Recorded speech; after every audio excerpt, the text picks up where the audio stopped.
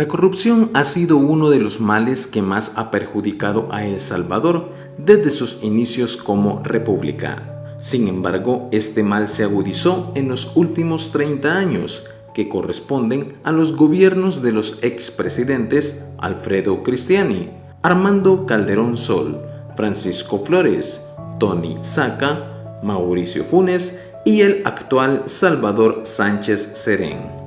En el primer caso, podemos citar lo realizado por el primer presidente del partido Arena, Alfredo Cristiani, que gobernó desde el 1 de junio de 1989 hasta el 31 de mayo de 1994. Durante este periodo se ejecutaron una serie de privatizaciones de las instituciones públicas que generaban importantes divisas a la nación, es decir, ingresos que permitían nutrir las arcas del Estado. Entre estas instituciones está la Banca Nacional, la cual estaba conformada por los bancos que operaban en el sistema financiero. Así lo explicó el secretario de Transparencia y Anticorrupción del actual gobierno. Por ejemplo, los casos más sonados son el del expresidente Saca y el del expresidente Flores, pero tenemos prueba documental publicada por el Faro, ¿no?, de 52 millones de dólares en cheques firmados por Calderón Sol, que en su momento la Fiscalía deberá investigar, ¿no?, a dónde fueron a parar.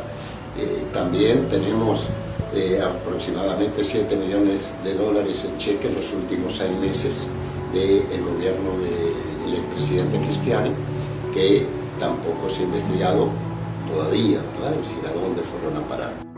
En el gobierno de Cristiani también se liberó el comercio internacional del café, que estaba en manos del Instituto Nacional del Café, INCAFE. Las privatizaciones continuaron en el gobierno de Armando Calderón Sol, quien ostentó el poder durante el quinquenio 1994 a 1999. Las privatizaciones más notables fue la venta a empresas internacionales de la Administración Nacional de Telecomunicaciones Antel, que generaba alrededor de 900 millones de colones anuales al Estado. Otra de las ventas de los bienes públicos fue la privatización de las compañías de distribución eléctrica, además el de los fondos de pensiones que fueron entregados a las AFPs.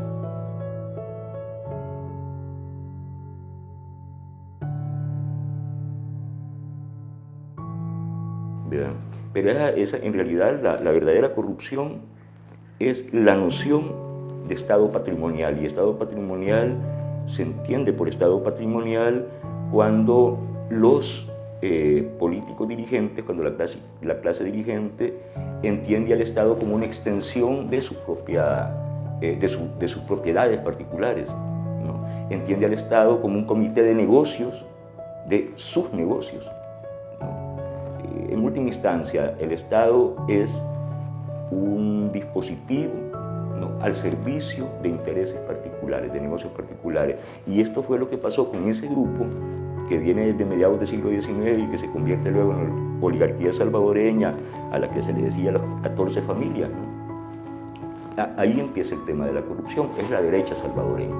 Es la derecha salvadoreña que luego ese grupo se transforma en la oligarquía cafetalera, mediante un mega fraude que fue el robo de las tierras del común, de los ejidos, ¿no?, de los indígenas, para ponerlas al servicio de esa clase para que sembrara café.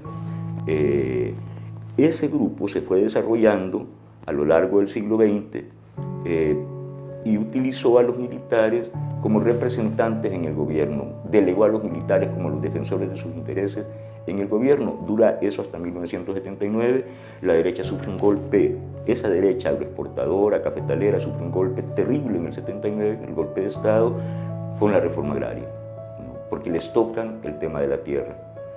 La derecha se dispersa, ese núcleo se va para Miami, y quien se queda defendiendo a la derecha en El Salvador, a esa derecha dispersa, y quien la cohesiona nuevamente, la rearticula, es Roberto Dawison, pero su base son agricultores y ganaderos, finqueros, chicos y medianos, que son muchos en El Salvador, no era la oligarquía a la que representaba, sino los intereses de ese grupo numeroso de campesinos, agricultores, ganaderos, finqueros en pequeña escala. Esto sucede durante todos los 80, así nace Arena, que era un proyecto en su origen, un proyecto de derecha popular, ¿no?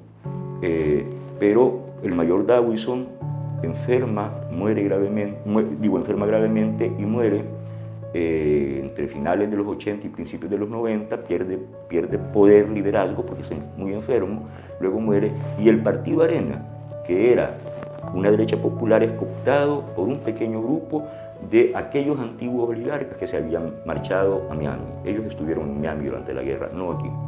Ese grupo, a través de Alfredo Cristiani, de Fusades, asociados con ANEP, retoman o toman el control del partido Arena desde la primera presidencia de Alfredo Cristiani y vuelven al modelo original, es decir, el partido como instrumento político de los intereses de esa pequeña oligarquía.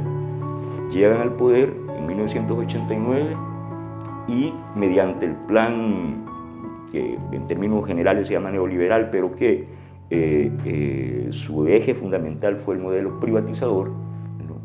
Utilizan al Estado para sus grandes negocios. En todas las privatizaciones de la banca, de la electricidad, pretendieron incluso privatizar hasta la salud, la educación, ¿no? En ese camino. Y ese fue uno de los grandes mecanismos de utilización del Estado para grandes negocios de ese grupo oligárquico, que por cierto, y esto es bien importante, ya se había dividido.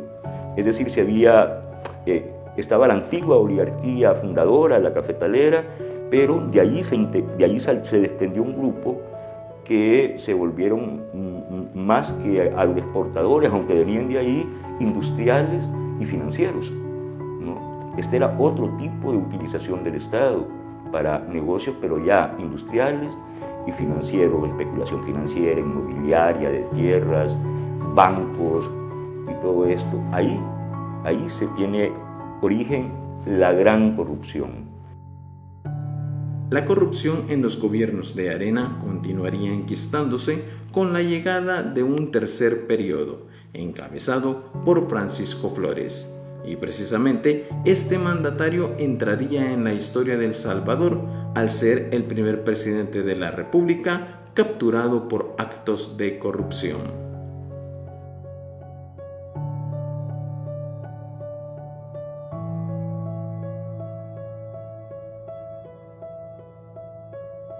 Entre lo más sobresaliente de la corrupción del expresidente Flores destaca haberse apropiado de 15 millones de dólares provenientes de la cooperación taiwanesa, los cuales estaban destinados a satisfacer las necesidades de vivienda de familias damnificadas de los terremotos del 13 de enero y 13 de febrero del año 2001. No obstante, se hizo la transferencia a estos destinatarios.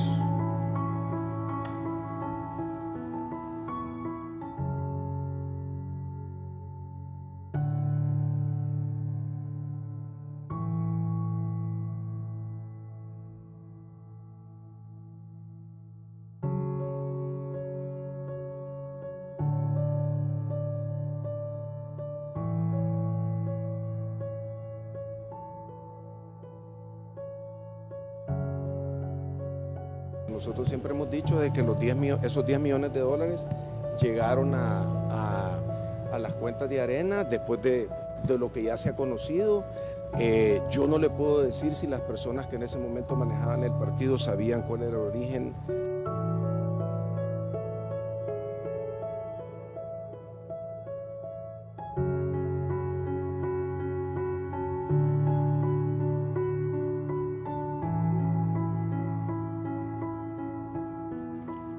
La administración de Flores también quedó marcada por el emblemático caso Cel-Enel, mediante el cual se vendieron la mayoría de acciones de la Geo, con la cual la empresa Enel, de capital italiano, pasó a controlar la explotación de la energía geotérmica.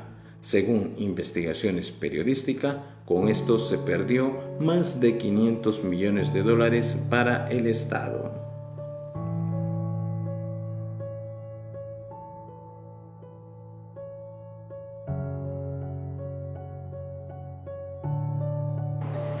Es el desempleo, porque las personas cuando no tienen qué hacer se ocupan en usar su inteligencia, en inventar, en ser creativos, no en cosas buenas, sino en cosas malas. Si usted se da cuenta, los grupos pandilleriles son muy inteligentes. Si ellos cambian estrategia para hacer sus fechorías o cometer sus actos vandálicos, de manera que uno dice, yo ni siquiera me lo hubiese imaginado. Entonces la corrupción, cuando se apropia el dinero que podría invertir en generar empleo o en sacar adelante, por ejemplo, jóvenes que estudien, jóvenes que aprendan un oficio, lo dejan en el abandono, o pensar en el desarrollo de los centros educativos a nivel nacional. A mí me da tristeza cuando veo reportajes en la televisión que hay niños que están recibiendo clases en champas, literalmente, hechas por láminas no nuevas, sino viejas, o champas de cartón. Hay que pensarlo que en nuestras casas una gotera nos afecta cuando llueve. No digamos un aula que no tenga ninguna protección, es que no le va a afectar una gota, sino que le va a afectar toda la lluvia. Y esos niños no van a tener ni siquiera dónde refugiarse. Y alguien que vaya creciendo así, inmediatamente va a ir pensando en cómo ganarse la vida, no de manera digna porque no puede, sino desviando la misma sociedad.